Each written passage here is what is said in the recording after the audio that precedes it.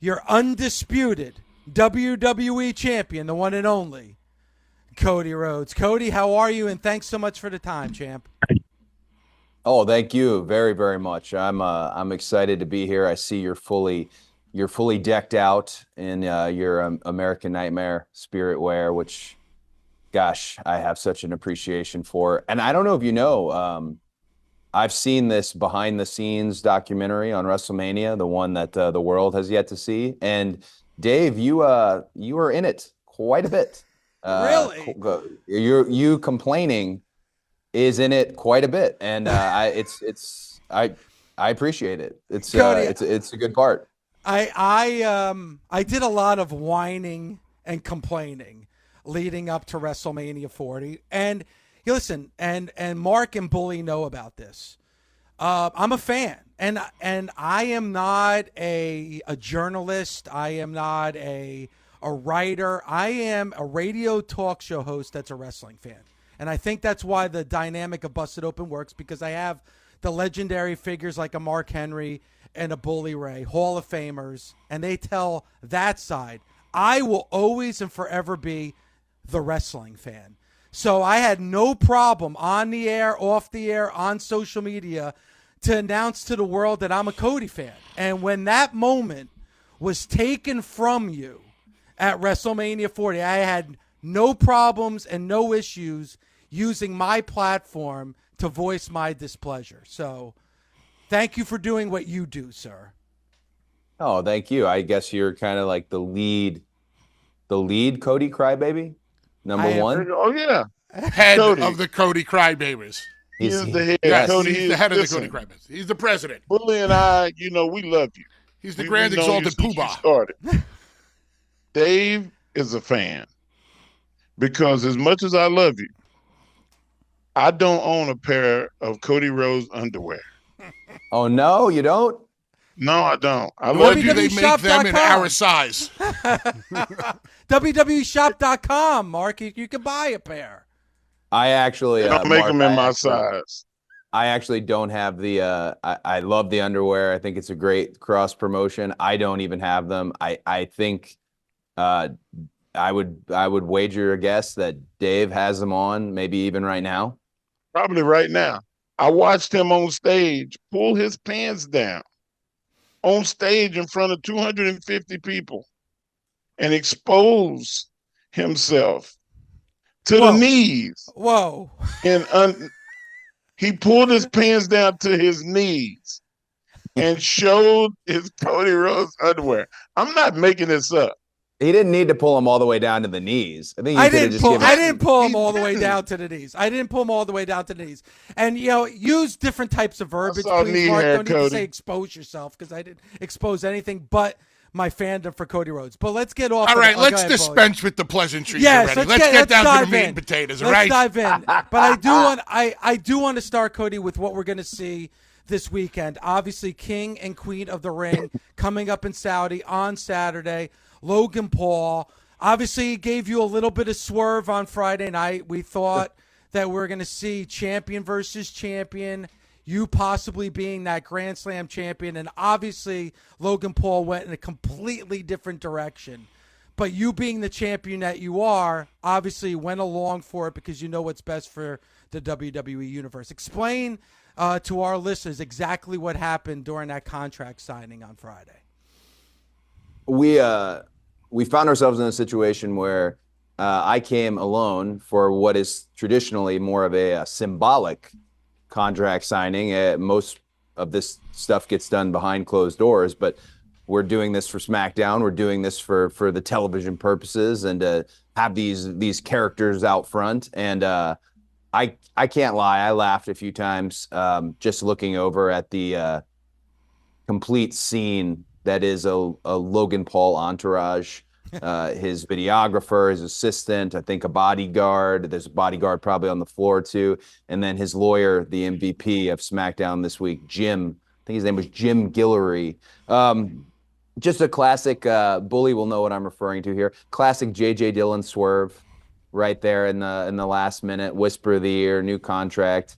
And normally when a title is completely taken out of the picture, which is what Logan Paul did. The title being defended at King and Queen of the Ring is only my WWE championship.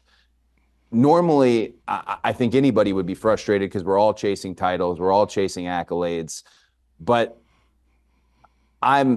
this is the top of the pyramid for WWE. Just objectively, this is what sits at the top, and everything else is beneath it. And Logan not taking his title out of the equation did not make me near as mad as it would have had this not been the prize on the line. And again, the Grand Slam championship eludes me, but I got time left on the contract. I can seek it out as I go.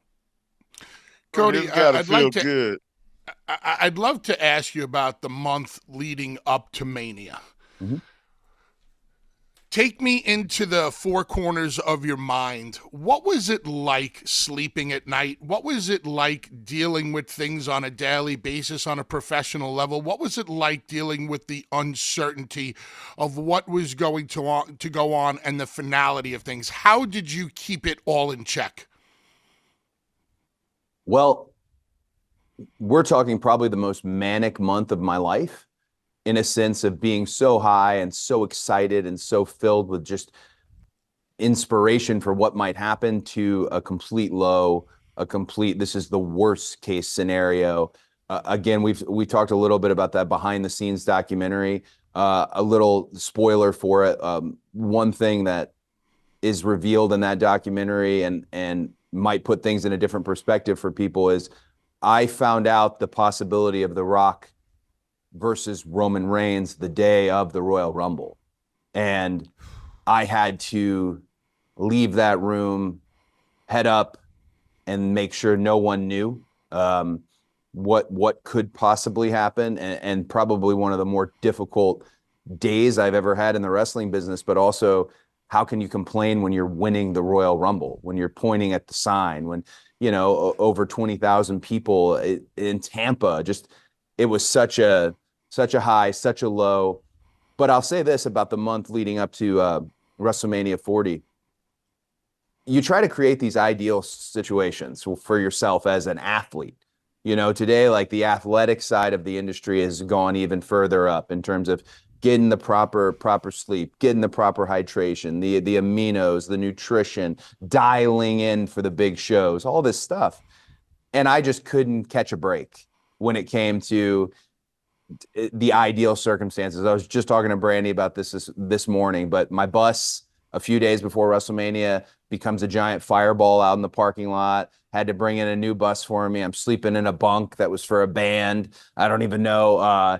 It was just I was not going to be presented with the ideal circumstances. And I had given in to that. I had conceded to that before WrestleMania because I just had this feeling, even all the way back to the Royal Rumble, I had this feeling that it was going to work out. And a friend of the show, DDP, who's on Busted Open on the regular, he had said the best thing, but also one of the worst things I'd ever heard. He said, no matter what happens to you, it will be the best thing that happens to you. And I hated it because I'm thinking, well, if it's the other thing, I don't know how that works. But somehow he was right, and that was a good thing to hear in my head throughout that month. Cody, you just had a little interpretation about saying being the top of the pyramid and everything being beneath you or being below you. Doesn't necessarily mean that you're, an elitist, that you're looking down on anything. When you still not comfortable with being the head of the snake. I think the moment that I get comfortable with being at that spot would probably be the moment that I am different as a performer and competitor. I think, and I've said this a few times. I thought maybe after WrestleMania 40, I'd be full. I'd be full. I did it. This thing that I wanted to do since I was 8 years old, that I promised my dad that I could do, I'll be full in my heart. And I was, for the celebration in the ring. And I'm not kidding. The moment I'm walking up and I'm trying to make eye contact with every person I can who came there and supported me, and that's a lot of people. The moment I walked up the ramp, I was already thinking of, okay, how do we make this the greatest title run? And we're coming off one of the greatest title runs in all of sports. I think that's just the sickness. You've got it, Mark. Bully's got it. When you love it, you want to keep the party going. You don't want the night to end. So I've tried not to get comfortable with the spot. This is something that I've heard Bully discuss on the show before. The moment I get comfortable with the spot, I think the wrong side of me comes out. A lot of people might think, hey, I've got it all, right? I'm filled with happiness, and they're not wrong, but also when I get going, every now and then there's a promo that's under the promo, and it's filled with anger, and it's filled with, like a quest for something and a chip on the shoulder. And I fight with that in the media, in interviews, just like this one. I fight with that in the ring, in promos. Every now and then it comes out, and that individual does not look like a comfortable individual. Good. Bully Let said, your hate flow through. You changed it. You changed it, Cody. Bully said the real side of you. He said the heel in you. Yes. Like, so you fight it. You just explain. Come on, give me more of this, man. Give me more. Mark, I don't want to blow Cody up, but Cody hates everybody. I don't. You hate everybody. No, I don't hate everybody. I don't even hate anybody. I got a group chat with a bunch of different wrestlers, and all wrestlers ever do is bury each other. That's just what we do. We get in the car, we bury each other, we get in the tech.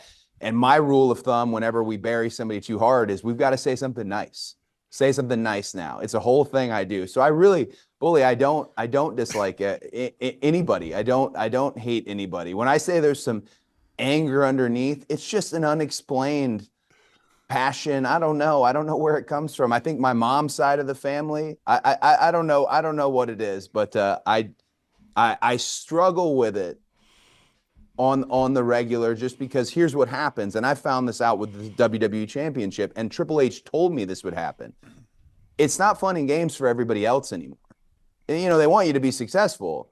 They don't want you to be that successful. It's not it's not fun and games for them. Oh, hey, we're going to do a title match and we're going to shake hands. I thought AJ Styles and I would just have a classic handshake, hug, two Georgia boys, and I could feel his resentment towards me. And I can feel Logan Paul's dislike of me. And it makes you uncomfortable. Again, that's where you wrestle with it. Like, oof, this could come out any moment now, Cody, can you give Dave some of that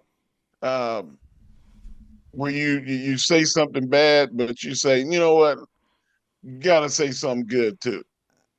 Well, if you're going to say that about Dave, what would you say? What's negative about Dave? He would never say anything bad about me. There's no reason to say anything bad about me. I don't see.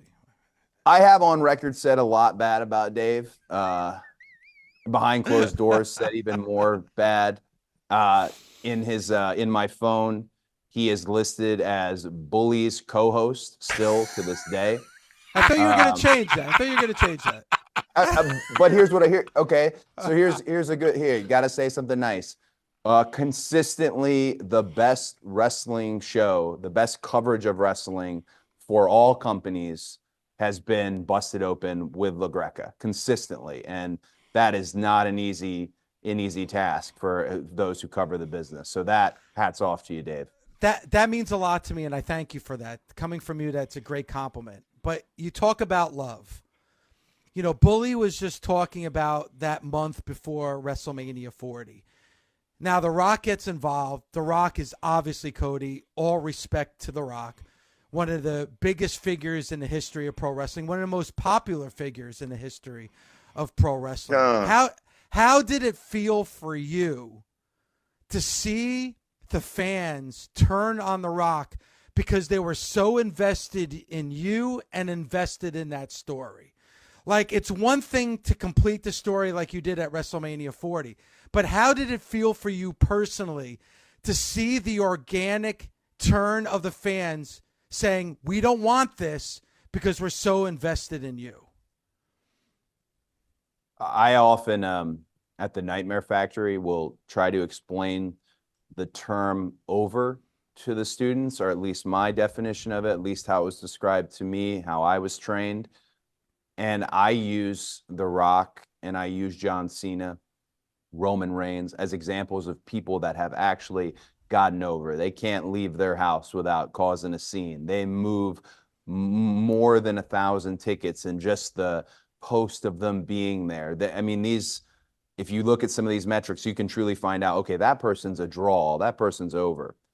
So I've never considered myself anything like that. I like when people build you up and say nice things to you, but I've never considered myself that in an honest fashion. So for him to come back, the most popular sports entertainer of all time, one of the most recognizable people on planet Earth, and beloved worldwide, for him to come back and people make the choice to boo him, and people make the choice to even chant Rocky sucks. And there were people wearing Rock shirts that were chanting Rocky sucks. It's the first time I've ever felt my place in the ring and realized, oh, I might be getting close to where I want to be. I might have clicked and connected with this audience that I think I've connected with. I might have clicked and connected with them more than I even realized. And again, you don't just think of how great this is and how exciting and how happy this is. The first thing I think of is, okay, how can I pay them back? 4 a.m. in the airport, here they are. You're not going to get a no from me because I feel like I owe everything to the wrestling fan. You're never going to not have me look you in the eye. I'm never going to not shake your hand. It's really, truly a rare connection, I guess, to find. And it took me a very long time to find it. So I'm just blessed that happened. There was like a blanket text that went out when everybody was messaging me after WrestleMania 40. And I just said, I'm lucky. I'm lucky. I'm incredibly lucky. And I do feel that way. And yes, Bully is right. There's a little ego underneath it all, right? There's a different feeling than just feeling lucky, but the predominant feeling is grateful and lucky. You have to have that ego. Vince McMahon taught us all to have an ego, and humble doesn't sell tickets. So it's always nice to have a little bit of that. Listen, with all of the success that you've had up into this point, when you look in the mirror, do you personally feel that you are hitting on all cylinders right now? Or is there an aspect of your game that you still feel you need to bring to the forefront? I look in the mirror and I kind of tell myself the same thing. It used to be, hey, wake up and be the best wrestler in the world today. That was just kind of what I would say in my head. And now it's be the best champion in the world today. I do feel like we're hitting on all cylinders because we really are. This is eat, sleep, breathe it. And the team I have, I mean, we're talking the team here at the studio, the team I have on the road. There's some incredible people who help prop me up. I'll give flowers to John Cohn, who helped put me in the right rooms. Nick Khan has been such an exceptional leader. Clearly, Triple H and I have a really unique player-coach relationship that I would have never anticipated. Him calling the plays and me being able to run them. I do feel like I'm hitting on all cylinders, but it's just like your high school football coach, or even when you were younger, it's just like a coach will tell you, there's always somebody out there who's perhaps getting up 5 minutes earlier, who's perhaps doing a couple extra reps on the bench. And I have seen footage from the problem child gym that Logan Paul and his brother train at, and that you can't sleep no matter what. Yes, YouTube, civilian, you cannot sleep on that type of athlete that he is, especially because I don't think people know Logan has a folk style wrestling background. I was looking into this guy knowing, oh, if a fight broke out at the TV hotel bar, shockingly, he'd probably be one of the guys to win. He's the type that I know they're out there. The ones who are hungry, the ones who are waking up and wanting it. And I just have to want it more than them. Cody, I don't want you to apologize for greatness. And there is no such thing as luck. Luck is a byproduct of hard ass work, sacrifice, and putting yourself in a position for success. Then they call it luck. It's fucking work. Mm. And you're not going to go to the dark side. This is not, uh, I'm not Palpatine. Bully is not Palpatine Yeah. Yes, when I we am. tell you that you embrace the fact that you're great. Mm. We went to these signings and we get nickels and dimes. If you do a signing, there is nobody else. It's just you. You sit in the room, they bring all the stuff, and you make a mint. Mm. You don't have to apologize for that shit. You Cody Rhodes. Mark, I feel it. And I'll tell you this. I'll tell you this. One of the reasons I liked having Arn Anderson around me was the same reason I would have loved to have my dad around me. Because I'll tell you I'm lucky, and I'll tell you how hard I work, and I'll tell you how grateful I am, and that is true. But it was nice to have a guy over my shoulder say what you just said. Say we're not apologizing for greatness. Where mediocrity loves company, and we're not joining that company. Like there was, it was nice to have that voice in your ear. It was something I actually missed when Logan and I were doing this contract signing, to see him flanked by so many people.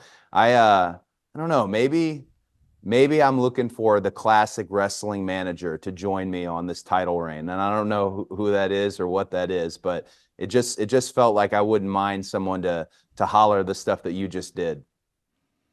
Dave? Cody, one thing I have to ask you is coming back to Jacksonville on Friday. First, I love the reception. Mhm.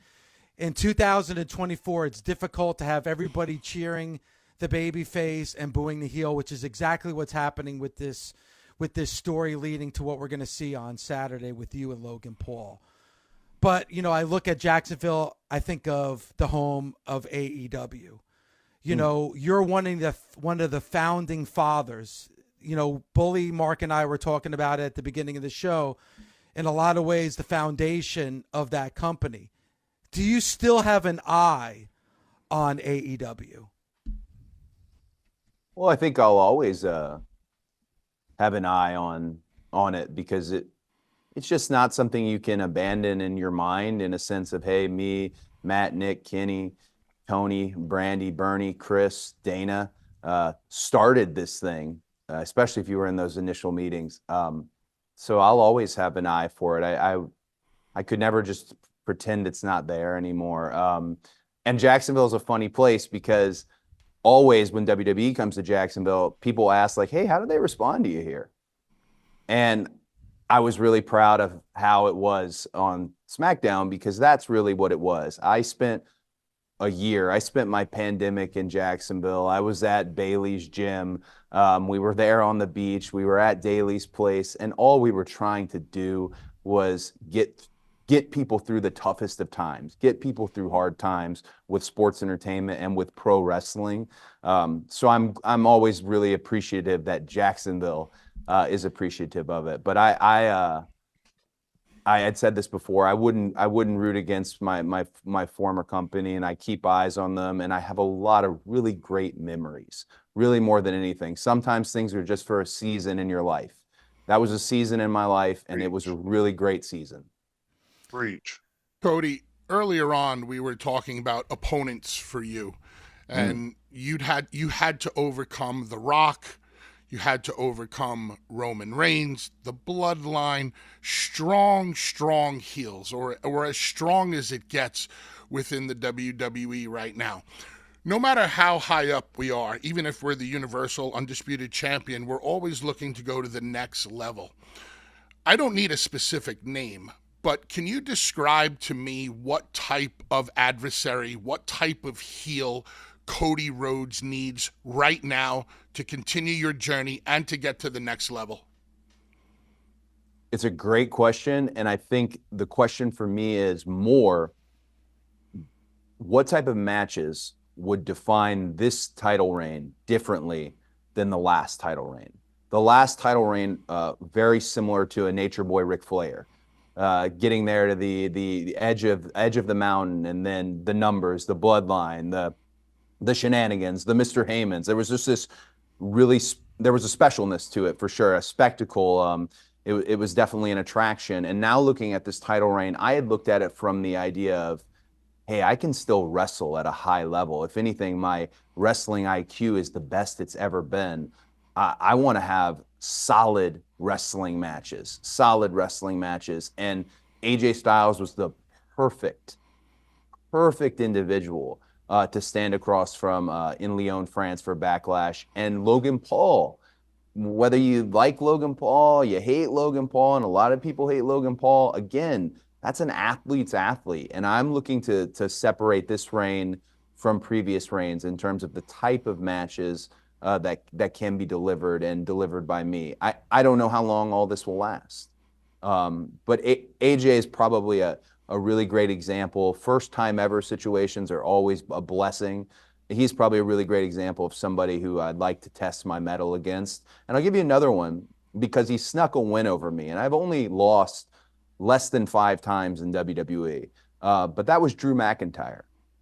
I feel that Drew McIntyre sincerely believes he's a better wrestler than me, a better athlete. And I'm not even going to say I don't like Not a Drew. I'm just going performer? to tell as I would love to be in there with Drew one more time just to find out. There's a lot of that in my mind right now. I want to find out. So whoever that is, I want to find out. But something that's nice, going to Bully's question, is I am in the spot where I don't have to make the list. I don't have to. I'm the one who they're coming after. And that's new to me. But I think after Backlash, I think after going into King and Queen of the Ring, it's not new to me anymore. I'd like to be ready for everybody. You know, Cody, you said something to Peter Rosenberg that really grabbed my attention. And you talked about the Attitude Era, and you said you kind of have a love-hate relationship with the Attitude Era. I kind of feel the same way. I think a lot of fans look back at the Attitude Era as this like mythical time period in the history of pro wrestling. It was great. There's no doubt about it, but I feel like everything's compared to that era. But when you look at the era that we're going through right now, by far, I feel like on a financial level, I mean, WrestleMania 40 being the biggest example of it. Like, don't you feel now we are hitting a new golden era in the WWE that in a lot of ways can or maybe will surpass the Attitude Era? I actually think we've been in the era for maybe 2 years or maybe just a full year of it, in terms of all companies and how we look at our industry, and does it cross over into the mainstream? What demographics does it hit? What boxes is it checking? I love the Attitude Era. Get me a deal of whiskey and we'll sit there and I'll laugh and enjoy it, and it's Crash TV and it's amazing. And they were electrifying audiences. The connection that the characters had. If you look at the Attitude Era, everybody was over. The lowest guy on the card was coming out to get a big pop. I think it just put us in a place when we were coming up and we were training. This is me at OVW, which I'm so excited. I'm going back to Louisville soon. This is me at OVW. We were only compared to that. And for me, I no longer have the hate side of the love-hate relationship with the Attitude Era because of what happened with The Rock. My dream really came true. Here, the absolute definitive Attitude Era player returned, and they wanted someone from this era. They wanted somebody now, and we were able to actually juxtapose against each other. And I didn't anticipate that Rock would become this potential opponent for me, but it's a match kind of made in heaven in terms of our different outlooks on the industry and what the industry has become now versus what he thinks it can be, and that comparison. But one of the things when I talk to Peter, and I really believe this, old school guys only measure it by the bottom line. And that's something that I've been really proud to say. Every time Triple H is up there talking about a record gross, talking about breaking merchandise records, that's just something I'm really proud. And when I gave the post-tour toast when we were overseas recently. That's what I said. I said this was the biggest arena gate in company history. We get to attach our names to that. Our names are on that. That when little kiddos grow up to be the next David LaGreca's and they're doing podcasts, I just am excited that we'll have that and somebody can then break that. What did The Rock put in your hand? It's a good question. Dollar? Was it a gentleman's bet? It wasn't $1. It was certainly more expensive than that. I tried to make a positive overture, an olive branch to The Rock and the $7 team, because I have an immense respect for what they've done. They've set the table so that I can eat at it. He did not feel that that was a positive overture and handed it back to me. That's the best I can give you, Bully. But I was pretty heart-stricken over the fact that it came back. But if anything, again, like Triple H told me, it's not fun and games for these guys. They're coming for you. And you either get ready or you don't. And to that point, do you think, us as Star Wars fans, do you think that they're coming back for you? Do you think he's coming back for you? Do you think that your version of the story and The Empire Strikes Back is what's next for you? Gosh, I don't. If we're looking at Star Wars parallels, I feel like we're maybe past Jedi at this point. Here's the struggle I have with a person like The Rock. I know it's underneath there. I know inside is the people's champion. I was the biggest Rock fan growing up. I know he's in there. And that's not what returned. We got the final boss. We got the cursing. We got an unbelievably gritty and formidable, if you look at just his size compared to most wrestlers today in terms of his athletic ability and his size. I just wish the relationship had been different. And I can't sit here hoping for that forever. I can't sit here saying, man, I'd like to bring the real people's champion back. I really would, because I think that's what's underneath there. But perhaps The Rock is too far gone. Cody, want to thank you so much for the time. Appreciate you coming on and joining us this morning. Again, King and Queen of the Ring coming up on Saturday, exclusively on Peacock. Make sure you check it out. Of course, Cody going up against Logan Paul for that undisputed WWE Championship. Cody, thank you so much for the time, and we truly appreciate it. It means a lot. Thank you.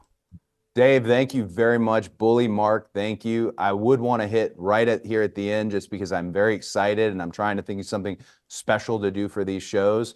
But there's a show coming up in Albany, Louisville, Bloomington, and even Kalamazoo that I saw on my calendar recently, and they're just added, and I'm very excited about those shows. So trying to do something special for those markets, and I appreciate you letting me come on here as the champion and talk about it. And again, I appreciate the rally you made for me. I never opened my mouth over that 48 hours between SmackDown and when the story changed again. I never really opened my mouth, and I didn't have to, because there were plenty of people like you, Dave, and Busted Open out there who shouted from the rooftops what they wanted, and I owe you $1 million.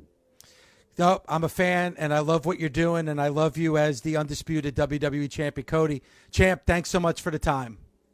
Thank you both. Thank you guys very, very much. Thank you.